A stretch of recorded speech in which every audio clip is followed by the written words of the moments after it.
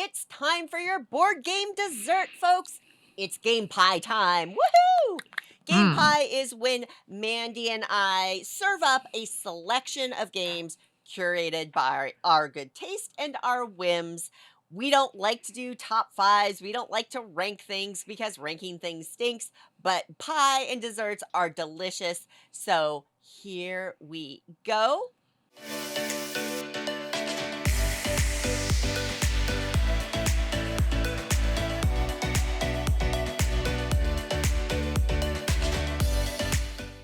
The pie of the day, Mandy, right in your zone for the spooky month of October.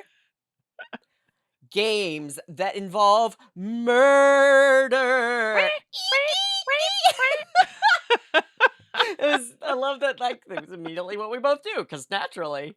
Exactly. Stabby, stabby. I think, Mandy, this is mid-October-ish when this airs. Obviously, a great selection. We have one more episode closer to Halloween, so I think we're gonna have to do another Oh, yeah. spooky pie. One Definitely spooky pie is not enough. a Halloween vibed one. But for today, we're serving up murder. Now, I have to say, I'm a little surprised. For those of you not familiar, we do game pie. It's dessert. It's also a play on the number pi. Yeah. So we serve up 3-ish games each, which usually means we do 4 each. Mandy, I'm surprised you don't have 4 murder games, Mandy. I know. I wanted to just jazz it up. I feel like sometimes I repeat the games because it kind of Fair. overlaps. So I was like, nah, we're going to keep it fresh. Wow. Like a body. Wow. That took a turn. I shouldn't have gone there, but I did. So it still fits into like the 3.14 Oh, realm. yeah, absolutely. So yeah, but the Halloween one, woo, that's going to be on, everybody. Well, and this is also another good example of why we do game pie. We don't do like top 5 officially or rankings Yeah. because this is not comprehensive. If you go Yeah. look up murder games, there are actually, to your point, Mandy, there are games that we've talked about before that are Yeah. murder solving games. I mean, Suspects that I just talked about is a murder game that's delightful Sure. and highly recommended, but not on my game pie list. So it's not comprehensive. It's just a Right. selection of games around a theme that we really enjoy. So you're doing just fine. There's Exactly. plenty of murder to go around. So in that case, do Exactly. you want me to start? Yeah, actually, sure. That's Normally me. I'm probably good. so thrown off. All right, let's Yeah, get hit going. First up for me, first slice of murder pie. Mr. Jack Pocket Edition. Mm. Mr. Jack is an entire series of deduction games in which you're trying to catch Jack the Ripper. I'll be honest, I don't love Jack the Ripper as a theme for the game, but there's a fair number of games about it. Go figure. Mm. But Mr. Jack Pocket is that good, in which Sherlock Holmes and Watson are working together to catch Jack the Ripper. It's a very compact, small box game designed for 2 players only, and it is a delightful cat and mouse game, deduction game that plays quickly between 2 players and with, that theme. But if you have played Mr. Jack, Pocket plays out a little differently.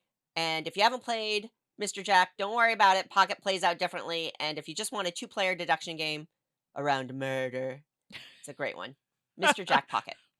I think I played this not recently, so I like vaguely remember, but I remember enjoying it. So good choice on that one. All right, well, my first slice of murder pie mwahaha, is Chronicles of Crime. And I know we've talked about this one. There are a variety of these games, but it is cooperative game where you are doing crime investigation. But what's cool about this game is that you use an app with the board game. So you get a bit of that kind of virtual reality mixed into your adventure, deduction, murder, mystery. So it really does help because you're visiting different locations. You're, using the app to ask questions to suspects. And then by asking these questions, kind of determining if you're going down the right path. And you are limited on time, like how long you have to solve said murder. So Chronicles of Crime, there are, like I said, a variety of them. The original one is obviously still really good. You should give it a whirl if you are looking for that mix between digital and board games and some murder. Yeah, phenomenal choice. Love it. All right. Remember how I said I don't love Jack the Ripper as a theme? Then I do. I'm serious. I do not enjoy Jack the Ripper as a theme. So my next game, my next slice of murder pie is Letters from Whitechapel about finding Yeah, Jack the Ripper. I was gonna say hello. Yeah, hypocrisy lives. All right. But fortunately, unfortunately, it's just a really, really good game mechanically. This is a hidden movement and deduction game in which you're trying to chase down Jack after one of his diabolical acts. And the player who's playing Jack, it's a one versus many, is making hidden movements around the board. And then you're trying to deduce where he's gone to. There are different things like carriages move differently than footsteps and things like that. It's one of my favorite hidden movement games, just mechanically, and it happens to be about Jack the Ripper, but Letters from Whitechapel, really solid game around, I'm just gonna generalize it, around murder. That's a good choice, and, it was actually my friend Michael who has done streams with me on the channel, introduced me to this game because I was really big into Fury of Dracula, and then it was like, "Oh, Letters of Whitechapel, I think you'd like it," and, yeah, I definitely really enjoyed it, and that's another one I haven't played for some time, so, yeah, Letters of Whitechapel, good choice. Well, the next murder game pie or pie of murder on my list is Black Stories. And I'm kind of generally talking about it because there are a variety of these games. And it's funny because it's considered a party game. Even though I'm not a huge fan of party games, they classify it as party game, but it is like a horror murder mystery type game. And you have these kind of cards with prompts and questions that they ask you to kind of describe, the scenario or question that they're asking in an effort to find out, who's been murdered, how they were murdered, and that sort of thing. So it's literally a box with a bunch of cards and some like prompts and questions for people to ask each other to find out who is the murderer and how did it happen. So Black Stories, like I said, several iterations of this game. Mhm. I guess that's kind of a macabre kind of party, but I'm kind of here for it. So Black Stories, everybody, give it a whirl. Never played one. It's so fun. Okay. Alrighty, we're gonna take a turn away from a terrible theme to interesting mechanisms. First up Okay. for me is Witness. Mm. Witness is Witness is a game I should not like because it involves memory.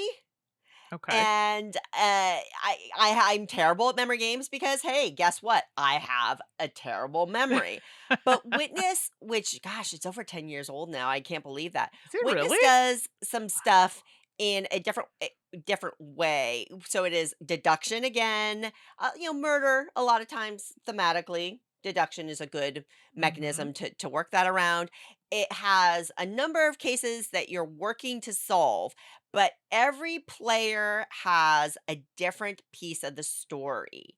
And so you are working together to solve the mystery, but you can only talk to specific people in the game and you can only share information in a specific way. And there's a lot of like whispering to each other and trying to remember things and who told you what, because somebody may think they know this, but this other person thinks they know that and they conflict and you have to suss out what is the truth Right. and that kind of thing. So Witness is a really great experience, especially for a group of friends or family that know each other well and are comfortable with each other because of the whispering in each other's ears. But if nothing else, it provides a unique game experience. It's something I love. So Witness, solve all those crimes. Okay. I didn't realize it was that old, so all right. Good choice. No, I really didn't. Sorry, that sounded really bad. Uh, Okay. My final slice of pie is That Time You Killed Me. And I was kind of like on the fence about it at first when I played this game. The more I played, I'm like, no, I think I really like it. It's just really hard for me to get two-player games to the table. This is the struggle. So this is why it's one of those ones I'm like, ah, it's on my shelf, but like hard to get played. But That Time You Killed Me, it's really great. It almost has like a chess feel to it. It's not chess, but it's just the way that you kind of move on the board and you have to you and your opponent are time travelers and you're trying to erase each other from history. Erase. I'm thinking that's another word for a murder. But you have to do it before they get you, right? So, um it's interesting because you have different boards, like your past, there's like past, present, future, and depending on which board, you're going in, you're trying to like erase the other person or get them out of the game, basically collecting their pieces, all of their pieces before they collect all of yours. So that's where it kind of has that kind of like chess vibe to it. But anyway, that time you killed me. I mean, it says it in the title. So I mean, you can't get more murdery than that. Love it. All right. Well, then that leaves me with one more slice of murder game pie to serve up, and I'm going to serve up Mord Imarosa. I don't know this one. Mord Imarosa is a game that leverages your sense of hearing in a way that most games don't even attempt to approach. So, Okay. this is published by Zoc, and basically, you're going to get a series of little cardboard boxes and you're going to stack them up in a little tower. So, and they're illustrated so it looks like you've got a tower, a hotel, a building. It looks like a skyscraper, and little windows are illustrated on the side. It's all just dressing, set dressing, because each of the boxes has a hole down the center. So you line that up, and then you got a fistful of cubes, and a couple of red cubes represent victims, and then the other cubes represent clues.